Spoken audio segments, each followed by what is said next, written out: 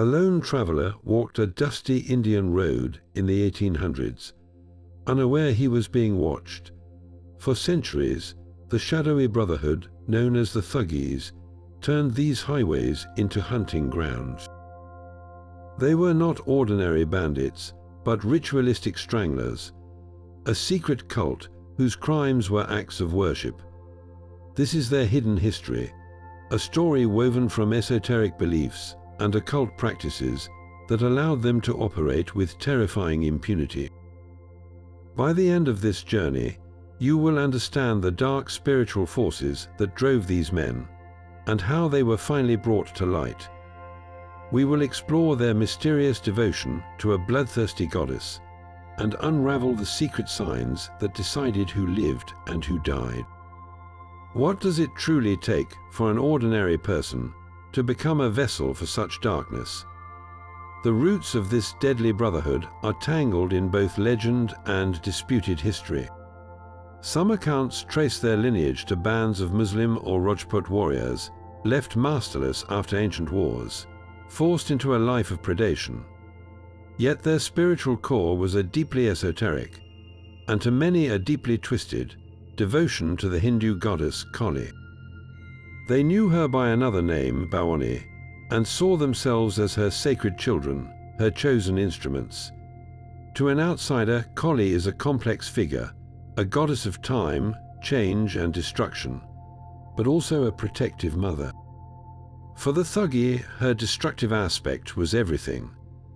They believed the world was overpopulated, a garden run wild, and that their grim work was a form of divine gardening.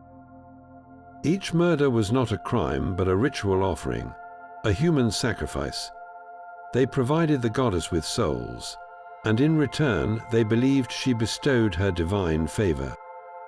This protection was thought to be absolute. It was Bhavani, they claimed, who clouded the minds of their victims, making them trust the friendly strangers they met on the road.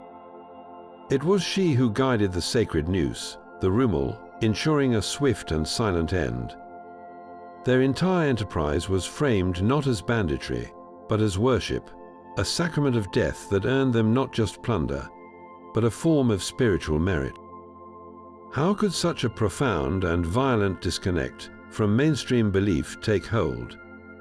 This spiritual framework provided the ultimate justification, transforming cold-blooded killing into a sacred duty performed under the watchful eyes of a mother goddess. The sacred tool of their dark trade was a simple yellow silk scarf, the rumal. To a casual observer, it might have looked like a common piece of clothing, perhaps a sash or a turban. But in the hands of an initiated thug, this was an object of profound spiritual power, a ceremonial noose consecrated to their goddess. Its use was governed by a strict and esoteric code, transforming a brutal act into a complex ritual. Before any attack could even be contemplated, the Thuggees had to receive a divine signal. They lived in a world of secret omens, watching for signs from Bhavani in the natural world. A specific bird call, the way a lizard ran across their path, or the sudden appearance of certain animals could either grant permission for the hunt or forbid it entirely. If the omens were bad, the plan was abandoned without question. The will of the goddess was absolute. Once the signs were favorable, the ceremony of death began. The chosen victim, often a wealthy traveler who had shared a campfire and meals with them just hours before, was completely unaware. The thugs believed that Bhavani herself clouded the man's mind, making him trust his killers. The attack was swift and precise. 2 or 3 men would move into position, one distracting the target while the others approached from behind. The man with the rumal would loop the yellow silk around the victim's neck, placing a weighted silver coin at the base of the throat. With a sharp, practiced twist, he would pull the ends of the scarf, tightening the knot and cutting off the air supply in an instant. The goal was a clean, silent death, one that avoided the sacrilege of shedding blood. Spilling blood was considered a violation of the ritual's purity. an offense to the goddess who demanded a specific kind of offering. Every step was imbued with spiritual meaning. The initial omen was the goddess giving her consent. The deceptive friendship was her divine illusion at work. The rumel was her sacred instrument, and the final twist of the cloth was the hand of the goddess herself, accepting the sacrifice. After the victim was dead, the body was carefully disposed of, often buried in a secretly dug grave with another set of rituals to ensure the soul was properly offered. The plunder taken from the body was not merely loot. It was prasad, a sanctified offering from the goddess to her faithful children. This entire horrifying process was not seen as murder in their eyes. It was a holy rite, an occult sacrament performed on the open road, a secret worship that turned the highways of India into a vast, unconsecrated temple for a bloodthirsty deity. How did such a complex system of belief and practice remain hidden for so long, passing from one generation to the next without detection? The answer lies in the cult's most powerful weapon, a code of silence and initiation that was as binding as any sacred vow. A boy's education began not in a classroom, but on the open road. From his earliest years, he would accompany his father and uncles on their journeys, watching, listening, and learning. He was being groomed for a sacred inheritance, a secret identity passed down like a family trade. Membership in the Thuggee cult was often hereditary, a dark birthright that bound sons to the legacy of their fathers. This was not a life one simply chose. It was a destiny one was born into. And the process of initiation was a profound and gradual transformation of both mind and spirit. The boy would first be given small, seemingly innocent tasks. He might be told to befriend a traveler's child, or to sit quietly and observe how his elders charmed a wealthy merchant. He learned the art of deception not as a crime, but as a performance, a sacred play acted out for the goddess. He was taught the secret language, a coded vocabulary known as Ramazi, which allowed the thugs to discuss their plans in plain sight without anyone else understanding. Every word was a brick in a wall of secrecy that separated him from the ordinary world. The formal initiation ceremony was a pivotal moment, a ritual of profound esoteric significance. When the elders decided the boy was ready, he was brought before the group's leader, the Jemadar. The most sacred objects were placed before him, the yellow rumel and a handful of coarse brown sugar. He would swear his oath of absolute loyalty and eternal secrecy upon these symbols. The sugar represented the sweet rewards of their duty, the plunder and the divine favor bestowed by Bawani. The rumel represented the bitter necessity of the kill, the grim act that made the sweetness possible. By swearing on both, the initiate accepted the entirety of his destiny, the pleasure and the pain intertwined. He vowed to see all thugs as his brothers, to share all spoils with the group, and most importantly, to never reveal the cult's secrets, even under threat of torture or death. This oath was considered unbreakable, a spiritual bond stronger than any family tie outside the Brotherhood. Following his oath, the final stage of his initiation began, a gruesome and practical lesson. The young man would be given his own consecrated rumel, and tasked with performing his first sacrifice under the close supervision of his teacher. This was the ultimate test, the moment where theory became a terrifying reality. The act itself was treated with the solemnity of a high religious rite. His every movement was guided, the placement of the coin, the loop of the silk, the final, decisive twist. With this first kill, the transformation was complete. He was no longer just a boy learning a trade. He was a Bartot, a strangler, a true son of the goddess. He had crossed a spiritual threshold from which there was no return. This intricate system of hereditary training and powerful initiation, created a brotherhood bound by blood, oath, and a shared, terrifying secret. But such a vast and organized conspiracy could not exist in a vacuum. It required a sophisticated structure, a hidden society operating within the larger world. How did this secret nation function? And who were the unseen hands that guided its dark destiny? This absolute secrecy was enforced by a code as rigid as iron. A thug would rather face death than break his oath, for betrayal was not just a crime. It was the ultimate sacrilege against the goddess and the entire brotherhood. Their entire world operated on two parallel tracks, the ordinary reality of the traveler and the hidden reality of the cult. And the key to navigating both was their secret language, Ramazzi. This was not merely slang, but a complete coded lexicon. In Ramazzi, a potential victim was a belcher, or a spade, something to be dug up and buried. A town was a gull, a flower bed. A knife was an ari, a mirror. To an eavesdropper, their conversations sounded like the mundane chatter of merchants or pilgrims discussing tools and destinations. But within the group, every word was a precise instruction, a warning, or a signal to prepare for the hunt. This linguistic wall was their first and most powerful defense against the outside world. But their actions were governed by an even higher authority. A complex system of natural omens, they believed, were direct messages from Kali. The world was alive with her voice for those who knew how to listen. The call of an owl on their left side was a terrible portent, an immediate command to halt all plans. The sight of a hare running across their path from right to left was a sign of her favor, a green light to proceed. Even the humble lizard held divine significance. If one ran in a specific direction, it could bless or condemn their entire enterprise. Before any attack, the Jemadar would carefully read these signs. If the omens were bad, the entire group, no matter how promising the target, would pack up and move on without a word of complaint. The will of the goddess superseded all human greed or ambition.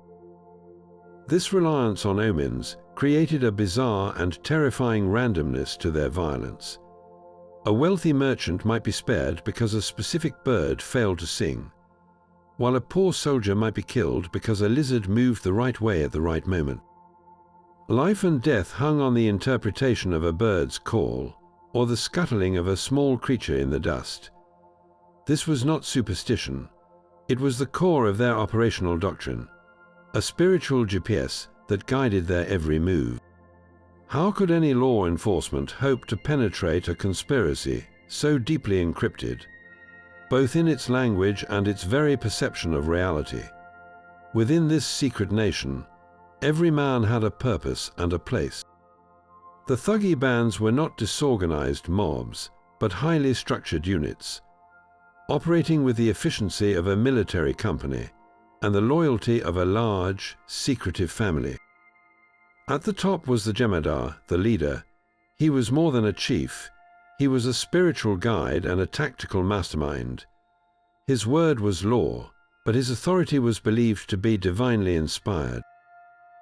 It was the Jemadar who interpreted the omens from the goddess, deciding when and where to strike. He managed the distribution of plunder, settled disputes, and held the absolute trust of every man under his command. His role required a deep understanding of both human nature and the esoteric codes that governed their existence. Below him were the Buttotes, the stranglers who wielded the sacred rumel. These men were the heart of the operation, the chosen instruments of the goddess. They were trained from youth in the precise, silent art of the kill, their movements perfected through years of practice. A Buttote's status was earned through skill and nerve, and his consecrated scarf was a badge of both honor and terrible responsibility. Then came the Thuggee, the grave diggers. Theirs was a grim and vital duty. After a sacrifice was made, the Lug, he would prepare the secret burial site, often digging the graves in advance along the chosen route. Their work had to be swift and flawless, leaving no trace of the earth being disturbed. They ensured the body and all possessions, save the plunder, vanished completely. A final act of ritual cleansing that completed the offering to the goddess. The efficiency of this dark machine relied on its scouts, men who moved ahead of the main group. They identified promising targets, assessed the wealth of traveling parties, and reported on the mood and vigilance of potential victims. They were the eyes and ears of the Jemadar, feeding him the intelligence that, combined with the divine omens, shaped their entire campaign. This entire hierarchy was bound not by force, but by powerful, interwoven ties. Many of these men were literal brothers, cousins, and uncles. A father might be a Jemadar, his son a Buttote, and his nephew a Thuggee. This created an unbreakable web of loyalty and mutual protection. To betray the group was to betray your own bloodline. Their shared participation in the rituals forged a bond deeper than any ordinary criminal partnership. They had sworn oaths on the Rumal and the sugar. They had all partaken in the prasad, the sanctified spoils, and they all believed they served a divine purpose. This structure allowed them to operate across vast regions of India with stunning impunity. A band could travel for months, covering hundreds of miles, its internal organization allowing it to function as a self-sufficient, mobile community. They blended seamlessly with the endless flow of pilgrims and merchants, their sophisticated roles making them appear as nothing more than another large, well-managed traveling party. How could such a widespread and deeply rooted network ever be dismantled? It would take a man with an equally formidable will, a figure who saw their divine omens not as spiritual guidance, but as a pattern of predictable behavior waiting to be broken. These ancient highways were the arteries of the subcontinent, and the Thuggees were a silent infection flowing through them. The Grand Trunk Road, a colossal thoroughfare stretching over 1,500 miles from the bustling ports of Bengal to the rugged passes of the northwest, was their most fertile hunting ground. It teemed with life, a moving city of humanity. Wealthy merchants traveled with bullock carts laden with silks and spices, their bodyguard lulled into a false sense of security by the road's constant traffic. Columns of soldiers, weary from long marches, sought companionship, and endless streams of pilgrims, their minds fixed on spiritual destinations, were perhaps the most trusting of all. Into this river of travelers, the Thuggee bands blended perfectly. A group of 20 or 30 men, led by their Jemadar, would appear as just another large family or company of laborers on the move. They were master psychologists of the road.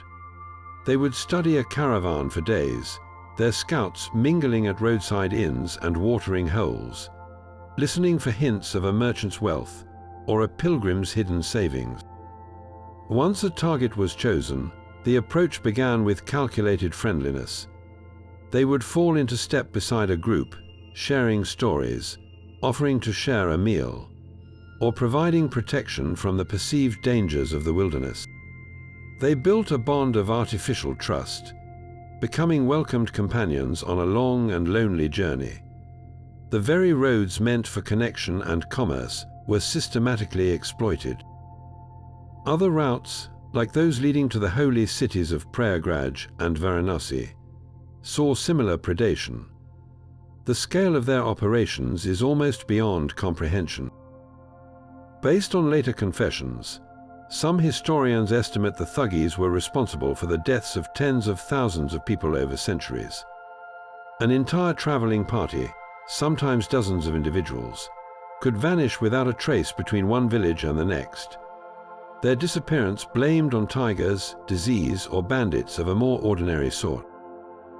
The silence of the grave swallowed them all, and the road, swept by dust and wind, showed no evidence of the ritual that had just taken place. How does a secret so vast, woven into the fabric of daily life for generations, finally begin to unravel? Their mastery of the road was matched only by their genius for human connection. This was not a simple ambush. It was a long, patient performance where friendship was the deadliest weapon. A Thuggee band would first identify a target, then carefully stage an encounter that felt like pure chance. They might appear at a crowded roadside well, offering a thirsty traveler a drink from their own water skin. Or they would fall into step beside a lonely merchant, striking up a conversation about the weather, the dangers of the journey, or the best place to find a safe place to sleep that night. Their opening lines were always disarming, designed to present themselves as fellow travelers seeking safety in numbers. They understood the profound loneliness and fear that could haunt a person on a long, isolated road, and they offered the perfect cure: companionship. They built this trust brick by brick over days, sometimes even weeks. They shared their food, telling stories of their own fictional families and villages to create a sense of shared humanity. They offered their services as guides, claiming to know the safest paths and the best camping spots, all the while carefully assessing the victim's wealth and habits. A wealthy merchant might find his new friends were exceptionally skilled at setting up a comfortable camp or keeping watch through the night, easing his own burdens and lulling him into a deep sense of security. They became the most reliable and pleasant part of his journey. This psychological manipulation was so complete that when the moment of betrayal finally arrived, the victim felt no fear, only confusion. The man who had shared his bread and stories with you just hours before was now the one placing the sacred noose around your neck. The shock of that reversal was part of the ritual's terrible efficiency, leaving no time for struggle or a cry for help. How deep must the acting run for a man to laugh with his future victim one moment and perform a sacred killing the next? This was the Thuggees' true dark art, the ability to weaponize trust itself. The moment of the sacrifice arrived not with a shout, but with a silent, prearranged signal. It could be as subtle as the jemadar casually adjusting his turban, or a specific, innocent-sounding phrase spoken in their secret language. To the victim, it was just another moment in a pleasant journey. For the Thuggees, it was the culmination of their divine mission. The chosen buttots would move into position with a calm, practiced grace that betrayed no emotion. One man might step forward to distract the target, pointing at a distant bird or asking a question, while two others closed in from behind. There was no rush, no frenzy. Every action was measured and precise, a well-rehearsed dance performed for an audience of one, the goddess Bawani. The man with the rumal would draw the yellow silk scarf from his waist. In a single fluid motion, he would loop it around the victim's neck, the small silver coin, consecrated for this purpose, placed precisely against the throat. The coin served as the killing knot, a focal point for the immense pressure about to be applied. Then came the twist. With a sharp, powerful pull on both ends of the scarf, the buttock would tighten the noose, cutting off air and blood flow in an instant. Death was typically swift and utterly silent. The victim had no time to cry out, no chance to struggle. The Thuggees believed the goddess herself guided their hands, ensuring a clean kill that honored her and avoided the profanity of spilled blood. The entire act, from signal to death, often took less than 10 seconds. It was a clinical, dispassionate violence. The killers felt no anger toward their victim, no personal hatred. In their minds, this was not a crime of passion, but a sacred duty, a necessary offering. The man they had just shared a meal with was not a person, but a chosen offering, a belcher to be dug up and presented to their divine mother. Once the life had left the body, the next phase of the ritual began. the Thuggees, the grave diggers, would immediately take over. They had often prepared the burial site hours in advance. A secret trench dug beside the road, cleverly concealed by brush. The body was carried to the grave with a strange reverence. They would carefully straighten the limbs, sometimes breaking the bones to fit the corpse into a smaller space. A practical act, still performed with ritualistic care.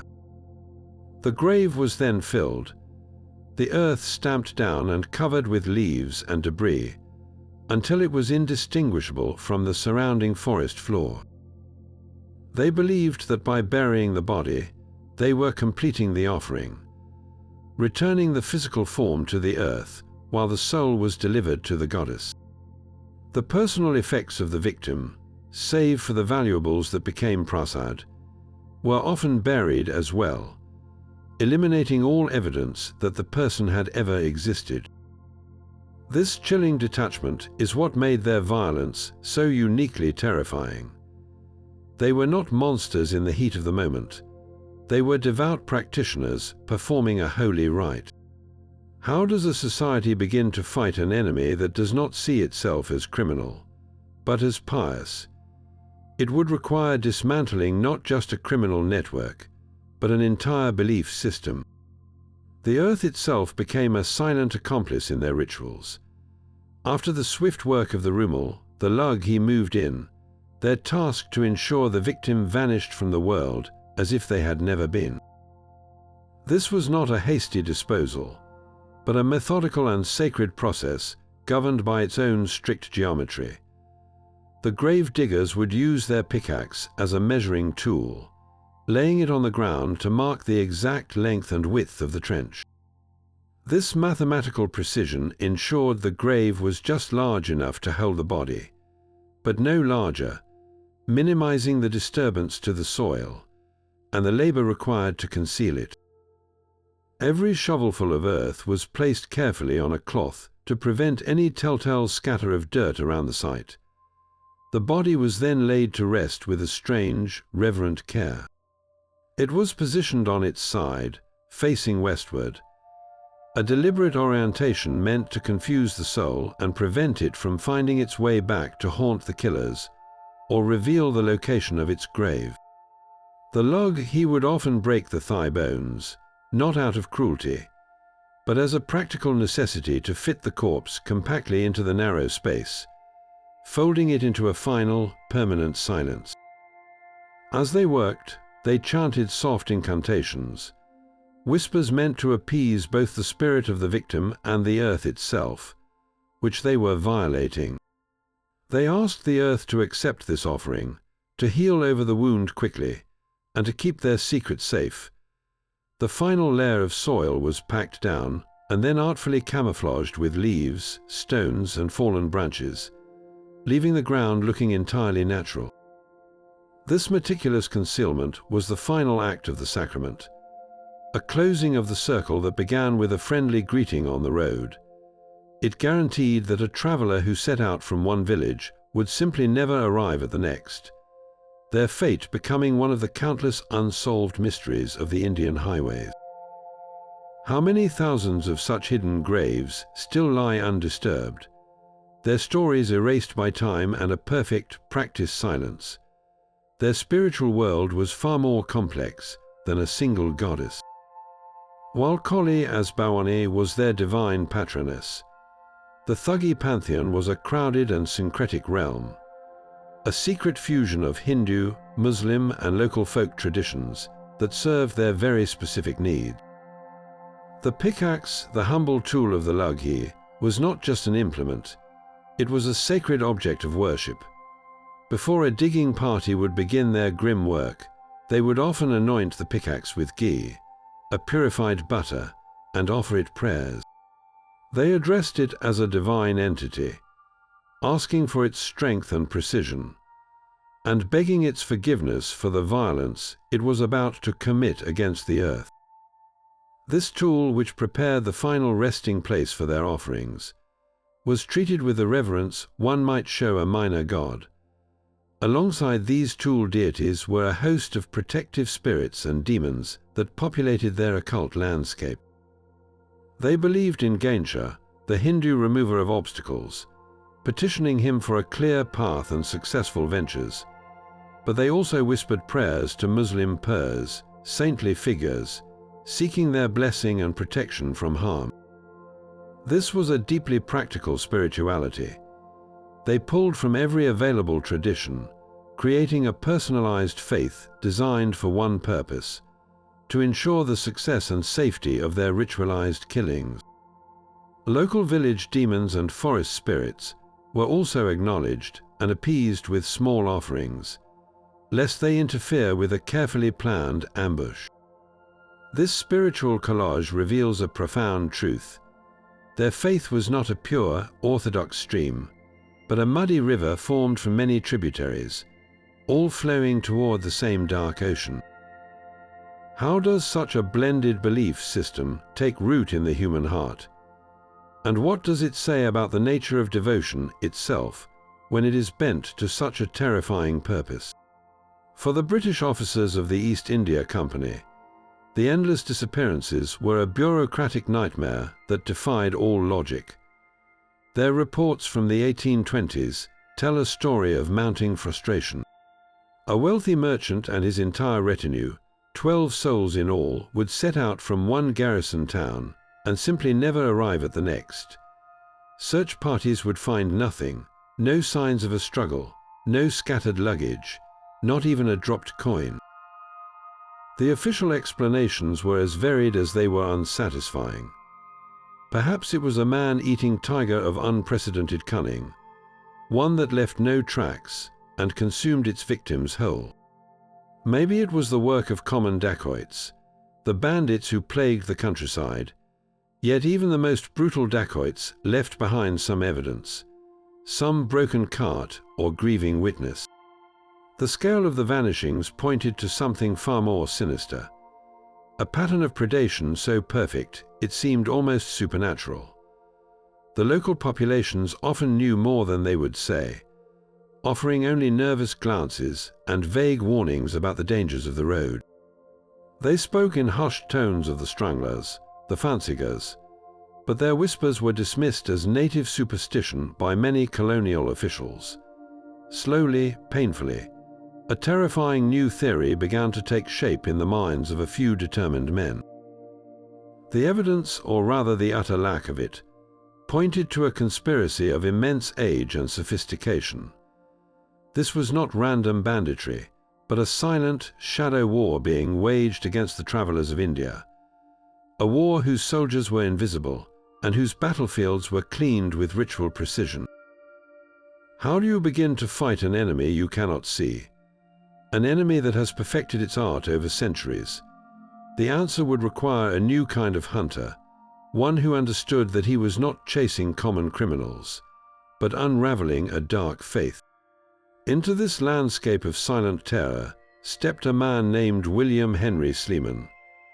He was not a typical British officer, content with paperwork and parade grounds. Sleeman was a scholar of India, fluent in its languages and deeply curious about its customs. His first encounters with the Thuggee phenomenon came not from official reports, but from fragments of local gossip and the unsettling confessions of a few captured bandits. He quickly realized he was not dealing with ordinary crime. The sheer scale of the disappearances, the complete lack of evidence, and the strange ritualistic details whispered by informants pointed to something far more sinister. Sleeman understood that to defeat this enemy, he had to first comprehend it. He began a methodical, almost obsessive campaign of investigation. His greatest innovation was the creation of a system of informants and approvers. He offered captured Thuggees a stark choice: face the gallows, or turn king's evidence and have their lives spared. For men bound by an unbreakable oath, this was a spiritual earthquake. Yet, one by one, some began to talk, lured by the promise of life, and perhaps burdened by a conscience they did not know they possessed. Sleeman listened for hours, days, and weeks, meticulously recording their testimonies. He learned their secret language, Ramazi. He memorized their complex system of omens. He documented their family lineages and the names of their jemadars. He painstakingly mapped their vast networks, which stretched across hundreds of miles and involved thousands of men. With each confession, a horrifying truth came into focus. This was not a loose collection of bandits. It was a deeply entrenched, religious secret society. A shadowy brotherhood with tentacles reaching into every corner of central India. Its members were not just outcasts. They were often respected village elders, merchants, and even minor officials who led double lives. Sleeman realized he was not merely hunting criminals. He was attempting to dismantle a dark and ancient faith, one that had operated with impunity for centuries. His task was monumental, like trying to empty an ocean with a spoon. How could one man, even with the resources of the East India Company, hope to break a cult woven so deeply into the social and spiritual fabric of the land? His answer was as methodical as the Thuggees themselves. He would use their own secrets against them, building a web of information so vast that no strangler could hide within it. Sleeman's masterstroke was a psychological gambit that turned the cult's greatest strength into its fatal weakness. He offered captured Thuggees a path to survival, transforming them into what were called approvers. These were not just informants. They were former brothers who agreed to break their sacred oaths and testify against their own kin. To convince a man to do this required more than just the threat of the gallows. It demanded a deep understanding of their beliefs and fears. Sleeman's officers would isolate a prisoner, often for weeks, engaging him in long conversations about his family, his village, and his children. They subtly framed his cooperation not as a betrayal of the goddess, but as a necessary act to save his own bloodline from destitution and shame. The promise was stark but powerful. Provide information and you will be protected, fed, and allowed to live. Refuse and you will hang, leaving your family with nothing. This appeal to a deeper, more primal loyalty than the ones sworn on the Rumal began to crack the code of silence. For the first time, men who had lived their entire lives inside the secret brotherhood were shown a door leading out. The protection offered to these approvers was comprehensive. They were moved to secure facilities, their identities kept secret from other prisoners. Their families were often relocated and given small pensions, severing the tribal and village ties that could have meant certain death for traitors. In return, the intelligence they provided was a tidal wave of revelation. An approver would sit with Sleeman and his magistrates for days on end, his testimony meticulously recorded in massive ledgers that became known as the Thuggee archive. He would name names, recounting every jemadar, every buttote, and every lug he had ever worked with. He would draw maps from memory, tracing the routes of his expeditions, and pointing out the hidden burial grounds where hundreds of victims lay. He would teach the British officers the secret language of Ramazi, explaining that a mention of a spade meant a target, and a discussion of flowers was really a plan for the next town. This was not just a list of crimes. It was a complete anatomical diagram of the secret society. The approvers revealed the locations of treasuries where plunder was stored, the villages where Thuggee families lived openly, and the complex social networks that allowed the cult to regenerate. Each confession was a thread, and as Sleeman pulled them, the entire tapestry of the Thuggee network began to unravel. How does it feel to be the one who dismantles the only world you have ever known? For these men, the act of talking was itself a kind of death, the death of their old identity, performed in a quiet room far from the goddess' watchful eyes. The confessions gathered by Sleeman and his men now had to face the cold, formal light of a courtroom. The great Thuggee trials began, a legal spectacle unlike any India had ever witnessed. Courtrooms in cities like Jabalpur were overwhelmed, not by a handful of criminals, but by entire villages of the accused, all linked by the same dark secret. The sheer volume of evidence was staggering. Magistrates pored over ledgers containing thousands upon thousands of pages of testimony, each one a detailed map of murder, a confession that named names, routes, and burial grounds. The approvers, the former Thuggees who had turned informant, became the star witnesses. One by one they took the stand, their voices calm as they described rites and rituals their listeners could scarcely believe. They spoke of the omens, the sacred rumal, and the precise geometry of the graves, transforming esoteric belief into criminal evidence. For the British officials and the Indian public who crowded the court, each day brought new, horrifying revelations. They learned that the friendly merchant who sold them cloth, or the humble farmer from the next village, might have led a double life as a ritual strangler. The scale of the conspiracy was no longer a theory. It was a documented fact, a hidden history being written into the official record, one grim testimony at a time. The public spectacle was profound. Newspapers reprinted the most shocking details, spreading the story of the Thuggee cult far beyond the courtroom walls. For the British, it was a validation of their civilizing mission, proof of a darkness that required their firm control to eradicate. For the Indian public, it was a moment of terrifying clarity, a realization that the mysterious disappearances they had whispered about for generations had a name, a structure, and a face, often the face of their neighbor. The trials did not just expose criminals. They exposed an entire hidden world, forcing a society to confront a darkness that had lived comfortably within it for centuries. How does a community heal after learning that its trust has been systematically weaponized for generations? The final gavel of the judge was not just a verdict against individual men, but a verdict against an ancient shadow faith. Sleeman's department became a machine of methodical pursuit, its gears turning on intelligence and ironclad new laws. The Thuggee and Dacoity Department, created solely for this purpose, operated with a singular focus, to dismantle the Brotherhood not just by catching killers, but by erasing the very ecosystem that allowed them to thrive. They used military columns to surround and raid villages identified by approvers, arresting not only the accused stranglers, but often their entire male lineages.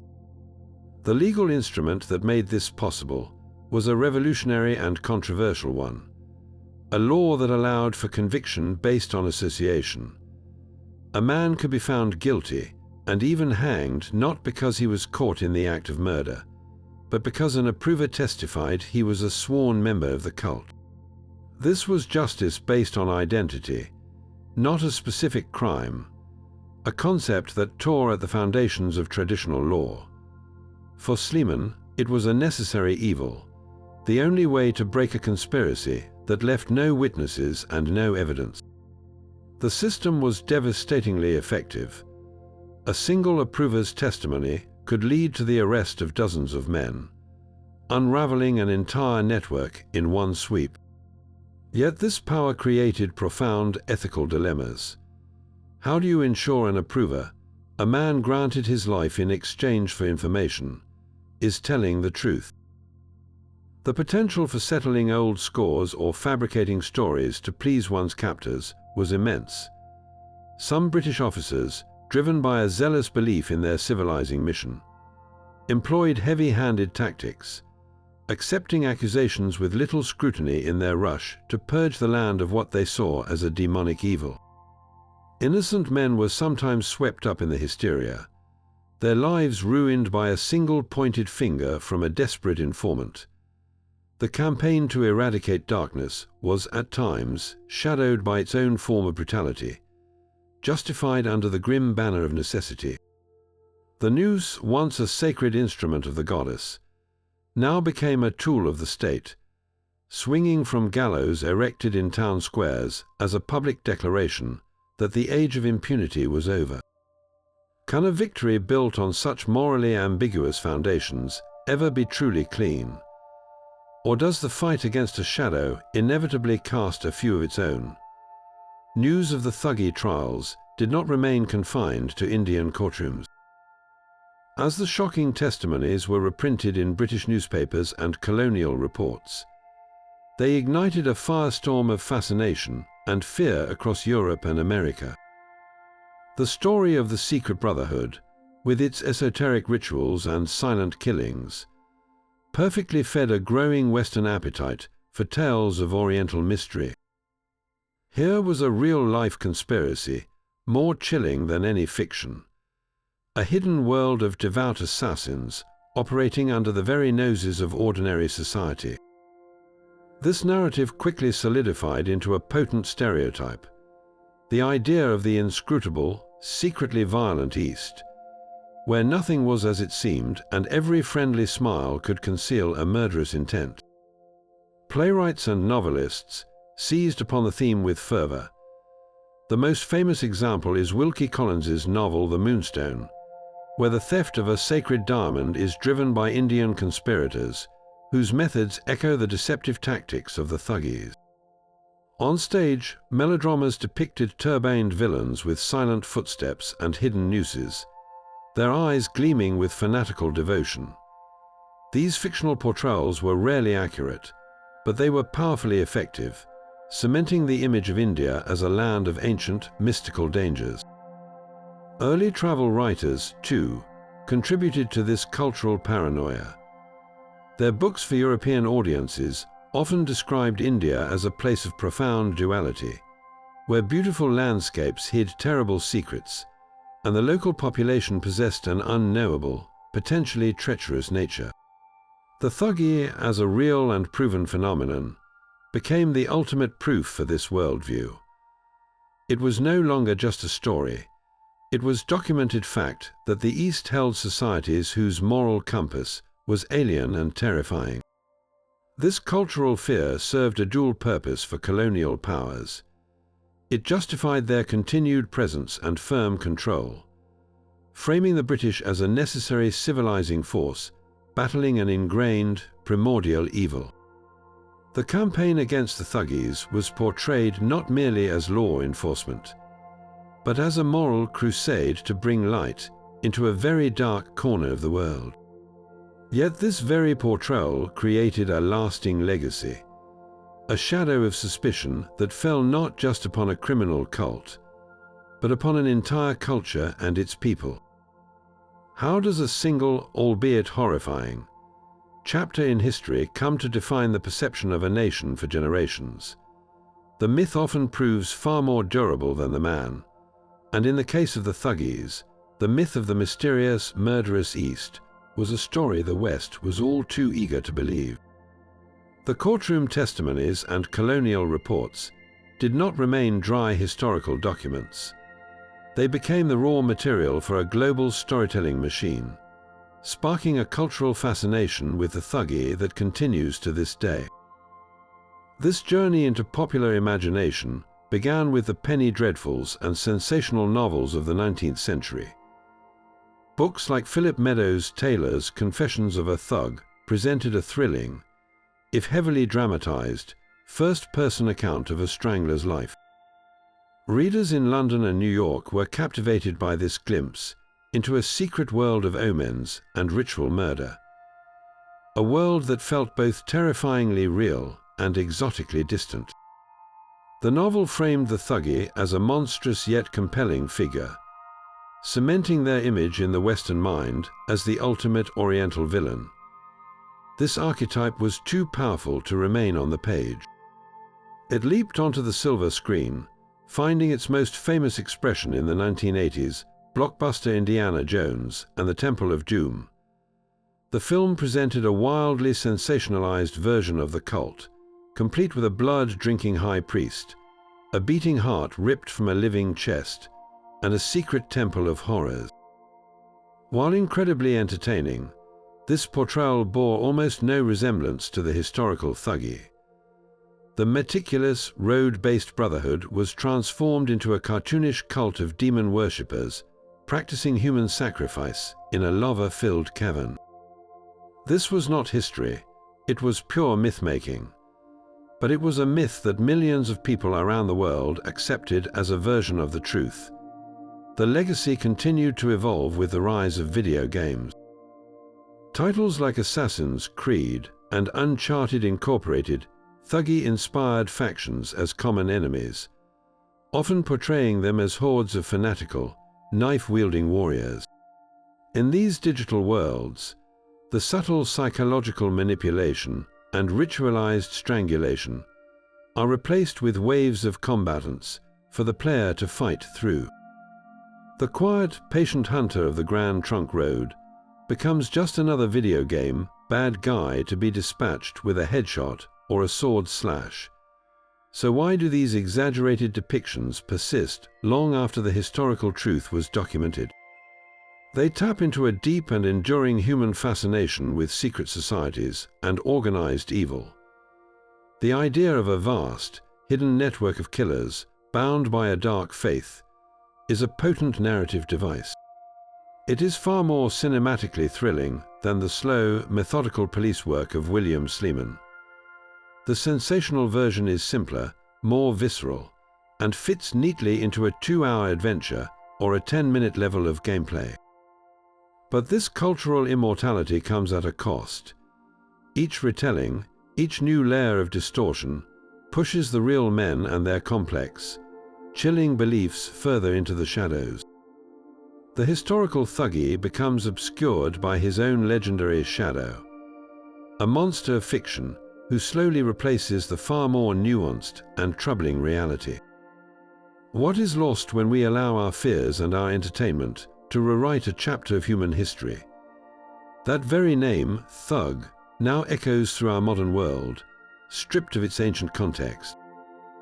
Its journey into our everyday language began with a single Sanskrit word, esthag, which simply meant to conceal. This root perfectly described the cult's primary skill, the art of hiding their true nature behind a mask of friendship.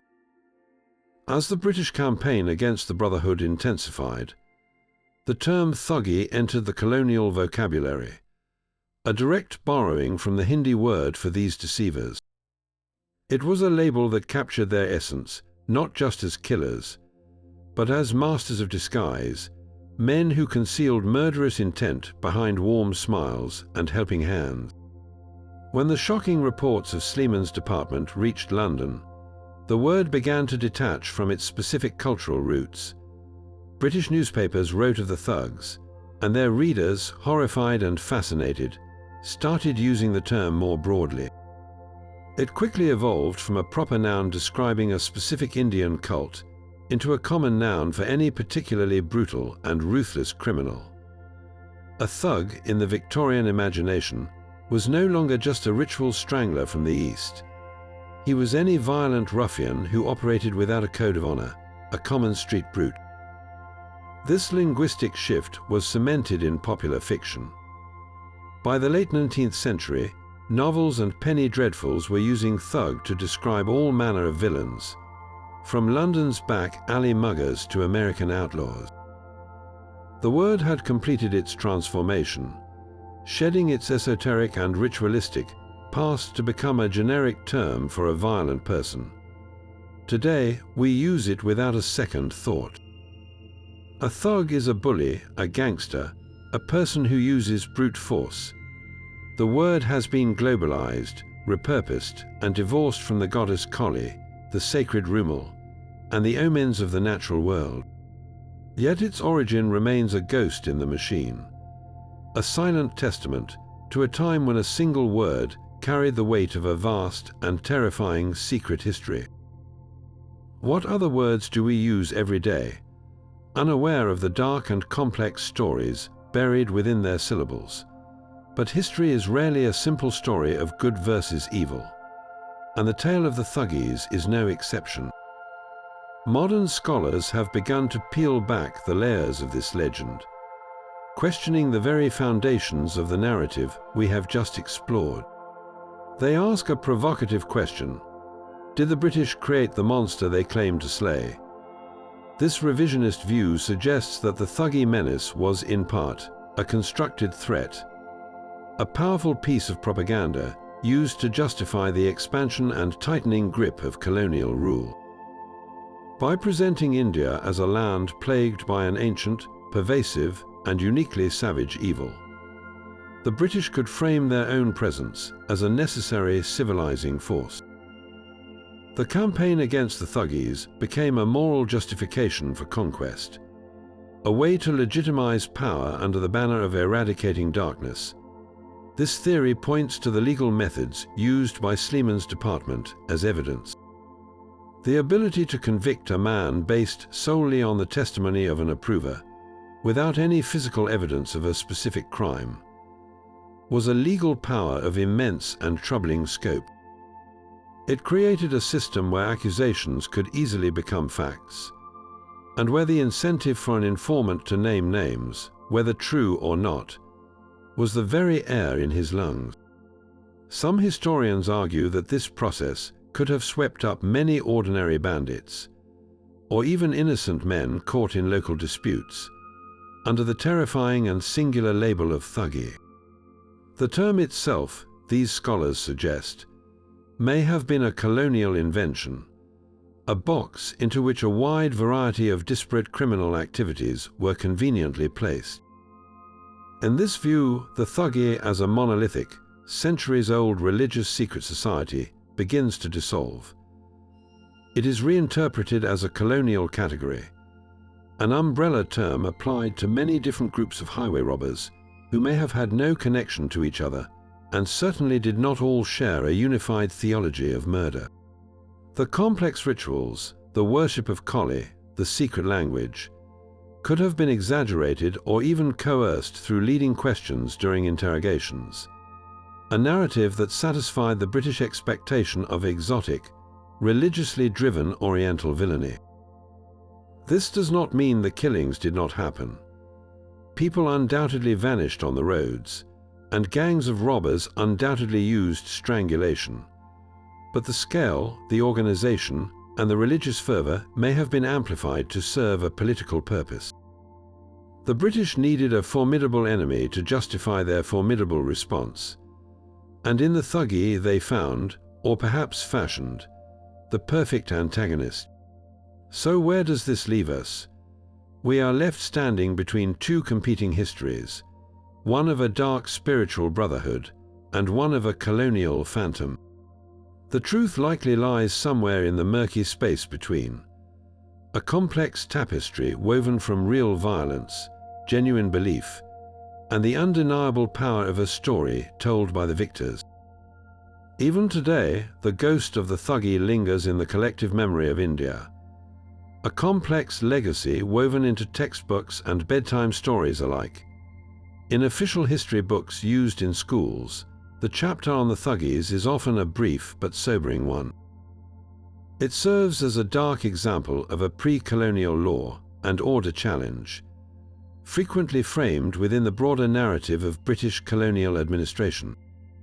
The focus is typically on the administrative response, the work of William Sleeman, and the eventual suppression of the cult.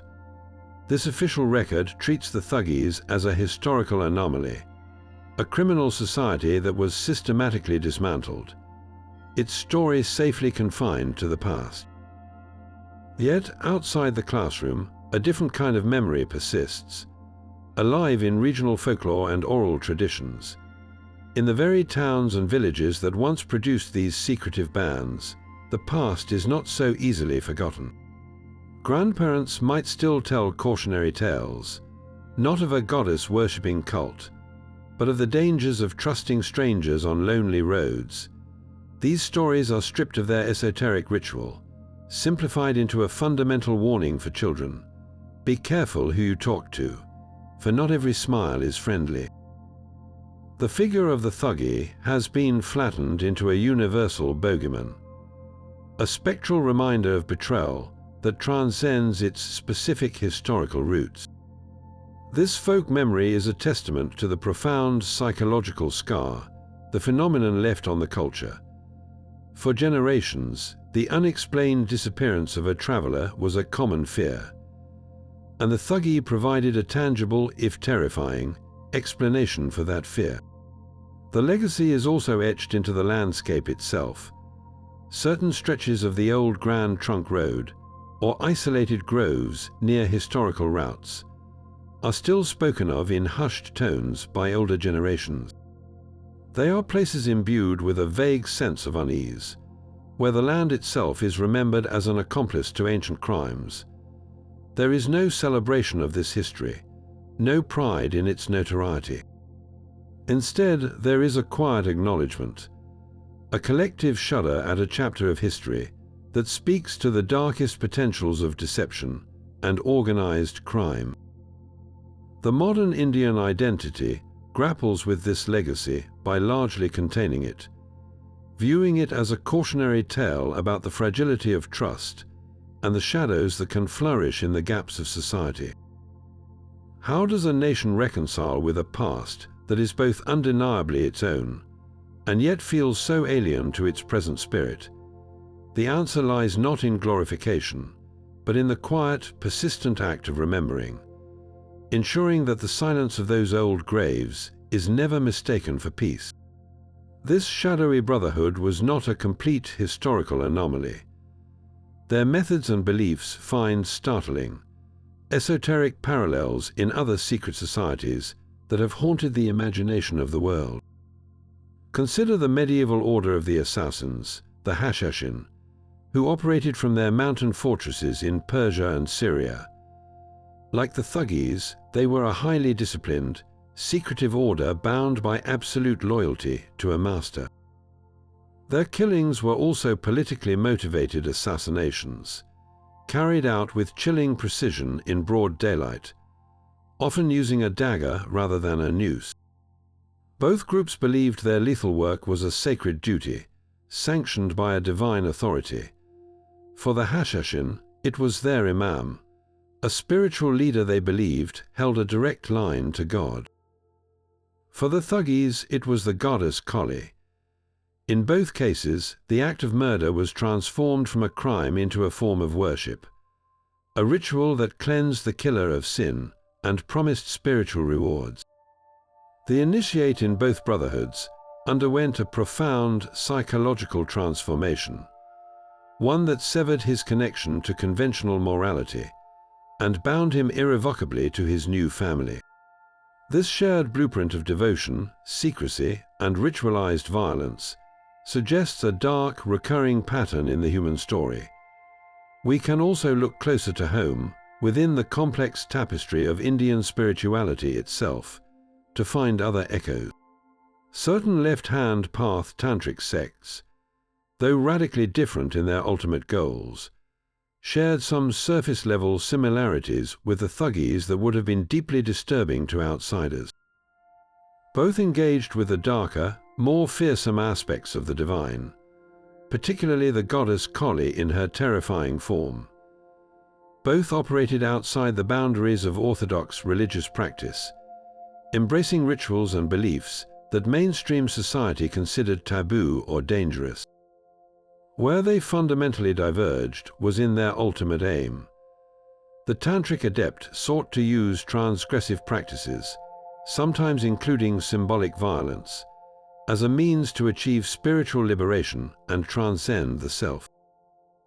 The Thuggee, however, used his rituals not for transcendence, but for a more worldly, albeit divinely framed, purpose, acquiring plunder and divine favor through literal murder. The Thuggee took the iconography of the fierce goddess, but stripped it of its deeper philosophical context, creating a pragmatic faith of predation.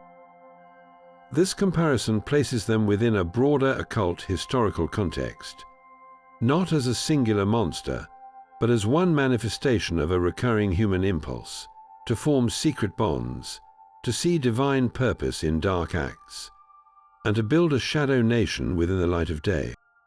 What does this recurring pattern tell us about the enduring power of secret faith to justify the darkest of deeds? Behind the friendly smile of a traveling companion lay a mind completely reshaped by belief. To understand the Thuggee is to step into a psychological labyrinth where ordinary men performed extraordinary acts of violence, all while seeing themselves as devout and dutiful. This was not the work of born psychopaths, but of fathers and husbands whose morality had been systematically rewired by a potent mix of fanaticism and fraternity. Their ability to switch between a loving family man and a ritual killer points to a profound and unsettling human capacity for duality. How does such a split in the soul even become possible? The answer lies in a gradual process of desensitization that began in childhood. A boy raised within the cult was never presented with an alternative moral framework. From his earliest memories, he was taught that the sacred rumal was an object of veneration, that the omens were divine commands, and that the killings were a necessary service to the mother. The act of murder was normalized, stripped of its horror, and wrapped in the language of faith and family duty. His first kill was not a moment of savage impulse, but a rite of passage, a solemn ceremony overseen by his own relatives, who praised his skill and welcomed him into the adult brotherhood. This slow, immersive conditioning meant that by the time he was a man, the cognitive dissonance we might expect was simply not there. For him, there was no contradiction. He was not a murderer, he was a priest performing a sacrament. This internal transformation was powerfully reinforced by the group itself. Within the tight-knit Thuggee band, a powerful form of groupthink took hold. Every man around you believed the same things, performed the same rituals, and affirmed the same divine purpose. To question the mission was to question your father, your uncles, and your closest friends, and to risk being ostracized from the only community you had ever known. This collective mindset created an echo chamber where their actions were constantly validated, and any flicker of doubt was quickly extinguished by peer approval and shared spiritual certainty. The division between their two lives was stark, yet they navigated it with chilling ease. A man could spend months on the road, performing multiple sacrifices, and then return to his village to be a doting father and a respected member of the local council. He would attend weddings, celebrate festivals, and tend to his fields, all while carrying the secret of his other identity. This was possible because the two worlds were kept meticulously separate. The road was the domain of the goddess, a sacred hunting ground where different rules applied. Home was the domain of conventional society. He learned to compartmentalize his experiences, locking the memories of the rumal and the graves away in a mental box that was never opened around his wife and children. The ultimate psychological shield was their unshakable religious fanaticism. They did not just believe in Collie, they knew she was watching their every move, guiding their hands, and blessing their endeavors. This conviction transformed their reality. When they saw a lizard run in a favorable direction, it was not a random event. It was a direct command from the divine. When a victim trusted them implicitly, they saw it as the goddess clouding the man's mind, delivering him to them. This externalization of responsibility was absolute. They were not killing a person. They were harvesting a soul that the goddess herself had selected. The violence was not their own. It was an extension of her will. This fanaticism provided a complete moral absolution, allowing them to bypass any natural feelings of guilt or remorse. The plunder they took was not stolen. It was prasad, a blessed gift from a satisfied deity. In their minds, they were not criminals, but the most loyal and obedient of children, serving their mother's bloody needs without question. How thin is the line that separates a devout believer from a devoted killer when faith is twisted to serve a dark purpose? The story of the Thuggee forces us to confront the terrifying power of belief to reshape conscience, to justify the unforgivable, and to allow an ordinary man to live two lives, never seeing the monster in his own reflection. The noose, once a sacred object, now became a tool of the state. For the Thuggees captured and convicted, the future was stark and unforgiving. The most notorious leaders, the jemadars whose word had been law on the road, faced public execution by hanging. These gallows, erected in town squares, were a grimly symbolic end for men who had lived by the Rumel. Their deaths were a public spectacle, intended to shatter the myth of the cult's divine invincibility and to demonstrate the absolute power of the colonial government. For hundreds of others, the sentence was a life of hard labor, often in brutal conditions. Many were transported to remote penal colonies, like the infamous cellular jail in the Andaman Islands, a place from which few ever returned. They were severed from their families, their lands, and the roads that had been their hunting grounds, left to wither in obscurity. By the 1870s, the once vast network was in tatters. The systematic work of Sleeman's department, combined with the damning testimonies of the approvers, had decapitated the leadership and broken the chains of hereditary knowledge. The last confirmed Thuggee activity was a few scattered, desperate incidents, small bands operating without the old spiritual certainty, more like common bandits than the devout brothers of before. They were hunted down with an efficiency that showed how completely their methods were now understood. In 1872, the British government in India made a formal declaration. The Thuggee cult was officially eradicated. The secret nation that had haunted the highways for centuries was declared extinct. This was a victory for colonial administration, but it left behind a haunting silence. What became of the thousands of men who had been part of this brotherhood? The approvers who had talked lived out their days in guarded settlements, their identities hidden, their old lives a forbidden memory. The imprisoned and transported slowly died off, their secret knowledge dying with them. The families left behind in the villages faced stigma and suspicion, their name forever linked to the dark legacy of the Rumel. The declaration of eradication was a closing of a bloody chapter, but it could never erase the countless graves hidden along the Grand Trunk Road, or the profound question of how such a shadow could have endured for so long in the first place. So we are left with a history that refuses to be simple. A story woven from three dark threads: organized crime, religious fanaticism, and the machinery of colonial power. The Thuggee legacy is a chilling paradox. A brotherhood of family men who were also ritual killers, a secret faith that turned murder into a sacrament, and a colonial ghost story that may have been partly conjured to justify an empire. Their tale forces us to look into a deep and unsettling mirror, questioning the very nature of belief and the darkness that can flourish when devotion is twisted. The roads are safer now, the Rumel is a museum piece, and the goddess has other worshippers, but the human capacity for secrecy, for forming hidden bonds, and for justifying terrible acts under the banner of a higher purpose, that has not changed. So we leave you with one final, lingering thought. In our hyper-connected, transparent world of digital footprints and constant surveillance, could a secret brotherhood of such scale and dedication ever rise again? Not with yellow scarves and omens from lizards, but with new rituals, new justifications, and new ways to hide in plain sight. What shadows might be taking shape even now, just beyond the edges of the light? Share your thoughts and theories in the comments below.